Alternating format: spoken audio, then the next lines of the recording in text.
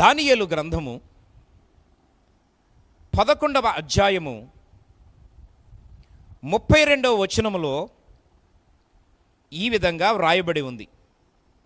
అతడు ఇచ్చకపు మాటలు చెప్పి నిబంధన అతిక్రమించు వారిని వశపరుచుకొనును. అయితే తమ దేవుని ఎరుగు వారు బలము కలిగి గొప్ప కార్యములు చేసెదరు. ప్రియమైన మిత్రులారా, చదువుబడినటువంటి వచన భాగములో 2వ లైన్లో మనం చూస్తే, అయితే తమ దేవుని ఎరుగు వారు బలము కలిగి గొప్ప కార్యాలు చేసెదరు. ఈరోజు మన మూల మాటలో ఉన్నటువంటి భక్తుడైనటువంటి దావీదుని మనం చూస్తే, ఈరోజు అక్కడ చక్కని మాట రాయబడింది, తమ దేవుని ఎరుగువారు అంటే దేవుని యొక్క ఆలోచనను తెలుసుకున్నవారు, దేవుని యొక్క మనస్తత్వాన్ని తెలుసుకున్నవారు, దేవుని యొక్క ఉద్దేశాన్ని తెలుసుకున్నవారు బలము కలిగి గొప్ప కార్యములు చేస్తారు. బలము కలిగి గొప్ప కార్యాలు చేస్తారు, అద్భుతమైనటువంటి కార్యాలు చేస్తారు, ఆశ్చర్యమైనటువంటి కార్యాలు చూడబోతా ఉన్నారు. ఈ సందర్భంగా దేవుడు తెలియజేస్తున్న మాట ఏంటంటే, దేవుని యొక్క ఉద్దేశాన్ని మొదట తెలుసుకోవాలి. పిల్లరా, మనకు తోచింది, మనకు వచ్చింది, మనకు అనుకూలమైన దారిలో ప్రయాణం చేసి నువ్వు దేవుని యొద్ద నుంచి ఏమి పొందుకోవాలనుకున్నా, నా ప్రియ స్నేహితులారా, అది నీ వల్ల నా వల్ల సాధ్యము కాదు అని దేవుడు చాలా స్పష్టంగా ఈ యొక్క సందర్భంగా దేవుడు తెలియజేస్తూ ఉన్నాడు. కనుక మన పట్ల దేవుని యొక్క ఆలోచన ఏంటో మనం మొదట తెలుసుకోవాలి. మనం ఎలాగ నడిస్తే దేవునికి ఇష్టమో తెలుసుకోవాలి. మనం ఎలాగ ప్రార్థిస్తే దేవునికి ఇష్టమో తెలుసుకోవాలి. భక్తుడైనటువంటి దావీదు మనకు నేర్పిస్తూ ఉన్నాడు. ప్రియమైన మిత్రులారా, ఎందుకంటే మనము దినదినము తగ్గించుకొని జీవించవలసిన వారమై ఉన్నాం. ప్రతిరోజు దేవుడు హెచ్చించబడాల్సిన అవసరత ఉంది. ఎందుకంటే ఆయన పైన ఉన్నారు, మనము భూమి మీద కింద ఉన్నాం. అందుకే మన మాటలు తక్కువగా ఉండాలి, మన ఆలోచనలు తక్కువగా ఉండాలి, మన తలంపులు, మన ఉద్దేశాలు తక్కువగా ఉండాలి. ప్రియమైన మిత్రులారా, ఎప్పుడైతే దేవుని యొక్క ఆలోచనకు అనుగుణంగా మనం జీవిస్తామో, ఆశీర్వదించు ప్రభు అని మనం అడగనవసరం లేదు, దీవించండి ప్రభు అని మనము దేవుని దగ్గర అడగాల్సిన అవసరం లేదు.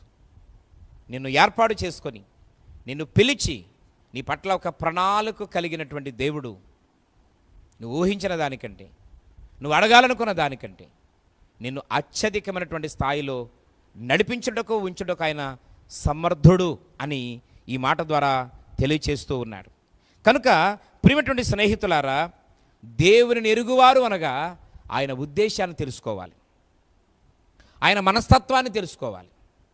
మనం ఎలాగ నడిస్తే దేవునికి ఇష్టమో తెలుసుకోవాలి, ఎలాగ ప్రార్థన చేస్తే దేవునికి ఇష్టమో తెలుసుకోవాలి. ఈరోజు కప్పుకునేవాడు, ప్రియమైన మిత్రులారా, దేవునికి ఇష్టడు కాదండి, దేవునికి ఇష్టడు కాదండి. అని అంటాడు, యథార్థమైన మనసు కలిగిన వారు నాకు కావాలంటారు దేవుడు. ఈరోజు యథార్థత అంటే, ప్రియమైన మిత్రులారా, మనసులో ఏముందో బయటికి అదే మాట్లాడాలి. ఈరోజు బయట ఏం మాట్లాడుతున్నామో హృదయంలో అదే కలిగి ఉండాలి. ఈరోజు ప్రియమైన మిత్రులారా, మన విషయంలో ఎలాంటి మంచి జరగాలని కోరుకుంటున్నామో ఇతరుల ఎడలా కూడా అలాంటి విధంగానే జరగాలని కోరుకోవాలి. ఇది యథార్థతను సూచిస్తుంది. ఇలాంటి యథార్థమైనటువంటి మనసు కలిగిన వారు దేవునికి చాలా చాలా చాలా ఇష్టలు.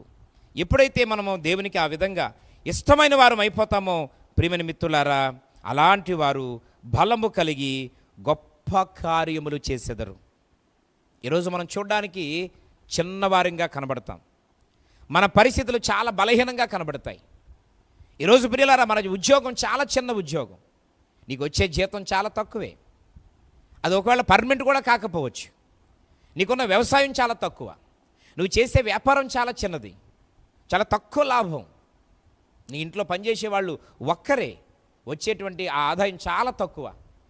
ఈరోజు ప్రియ స్నేహితులారా, భౌతికమైన రీతిలో ఈరోజు నీవు చిన్న వ్యక్తివి కావచ్చు, చిన్న ఉద్యోగం కావచ్చు, చిన్న సంపాదన కావచ్చు, చిన్న కుటుంబం కావచ్చు, చిన్న పని కావచ్చు, కానీ దేవుడు చెప్తా ఉన్నాడు, దేవుని యొక్క ఉద్దేశాన్ని ఎరిగి దేవుణ్ణి సంతోషపెట్టేటువంటి ఆత్మీయతలో మనం నడవడానికి సిద్ధపడగలిగితే దేవుడు మన ద్వారా గొప్ప కార్యాలు చేయబోతూ ఉన్నాడు. నీ ద్వారా అద్భుతాలు జరిగించబోతా ఉన్నాడు. నీ ద్వారా ఆశ్చర్యకార్యాలు దేవుడు జరిగించబోతా ఉన్నాడు. నా ప్రియమైనటువంటి స్నేహితులారా, గమనించాలని కోరుతా ఉన్నాను. ఈరోజు కుటుంబ పరిస్థితులను బట్టి నేను బలహీనురాల్ని, నాకెవరున్నారు, నేను ఎందుకు పనిచేస్తాను, అసలు బ్రతకడం భూమి మీద అవసరమా, నాకంటూ ఎవరూ లేరు, నాది చిన్న జీవితం, చిన్న కుటుంబం అని ఈరోజు నువ్వు నిరుత్సాహపడుతూ చింతపడుతున్నట్లయితే దేవుడు నిన్ను బలపరుస్తూ ఉన్నాడు, నిన్ను ధైర్యపరుస్తూ ఉన్నాడు, నిన్ను ప్రేమతో పిలుస్తూ ఉన్నాడు. అయితే ప్రియమైన మిత్రులారా, బలము కలిగి గొప్ప కార్యాలు చేసే వ్యక్తిగా దేవుడు ఉంచుతాడు. అయితే ఈ గొప్ప అద్భుతమైనటువంటి కార్యాన్ని ఈరోజు మనం సొంతం చేసుకోవాలి అని అంటే మాత్రం దావీదు లాంటి లోబడే తత్వం మనకు కావాలి, సరి చేసుకునే మనకు తత్వం కావాలి. ఎందుకంటే పశ్చాత్తాపపడేవాడు, సరి చేసుకునేవాడు దేవునికి చాలా ఇష్టలు. ఈరోజు దేవునికి ఇష్టమైపోవాలంటే ప్రియ స్నేహితులారా, మనం కూడా మన ప్రార్థనలో దేవా పలానా కావాలి ప్రభు అని అడగడం కంటే మొదట నా జీవితాన్ని సరి చేసుకుంటున్నాను నాయన, నీ చిత్తానుసారంగా నేను ఎలా నడవాలో నేర్పించండి, నేను ఎలా నడిస్తే నీకు ఇష్టమో నేర్పించండి, నేను ఎలా మాట్లాడితే నీకు ఇష్టమో నేర్పించండి, నీ వాక్యం ద్వారా నాతో మాట్లాడండి తండ్రి అని మనము ప్రార్థించే వారిగా ఉండాలి. దేవుడు మాట్లాడుతున్నప్పుడు వెంటనే ఆ వాక్యము నాతోనే దేవుడు మాట్లాడాడు, ప్రభు నాతోనే మాట్లాడుతున్నారని ఆ వాక్యాన్ని స్వీకరించి వాక్యానుసారంగా జీవించాల్సిన అవసరత ఉంది అని దేవుడి సందర్భంగా తెలియచేస్తూ ఉన్నాడు.